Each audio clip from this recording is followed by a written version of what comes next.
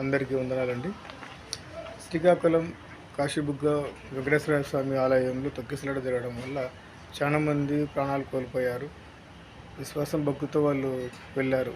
కానీ సరైనటువంటి అవగాహన లేకనో జనాలు ఎక్కువ ఉండడం వలన తన ప్రాణాలను కోల్పోయారు జరిగింది. కాబట్టి నేను చెప్పేది ఏంటంటే, మన ఫ్యామిలీ మనకు ఇంపార్టెంటు, అలాగే భక్తి కూడా ఉండాలి.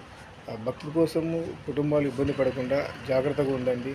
చనిపోయిన వాళ్ళ కుటుంబాలు కూడా సానుభూతి తెలియపరుస్తున్నాము. ఎందుకంటే వాళ్ళకు ఆత్మశాంతి చేకూరాలని కోరుకుంటున్నాము. ఎవరైనా భక్తితోనే వెళ్తారు.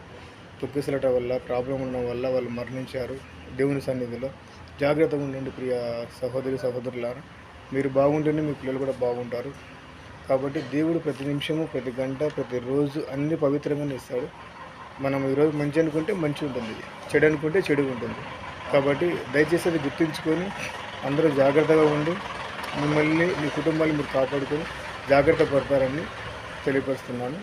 ఈ విషయం చెప్పడానికి చాలా బాధగా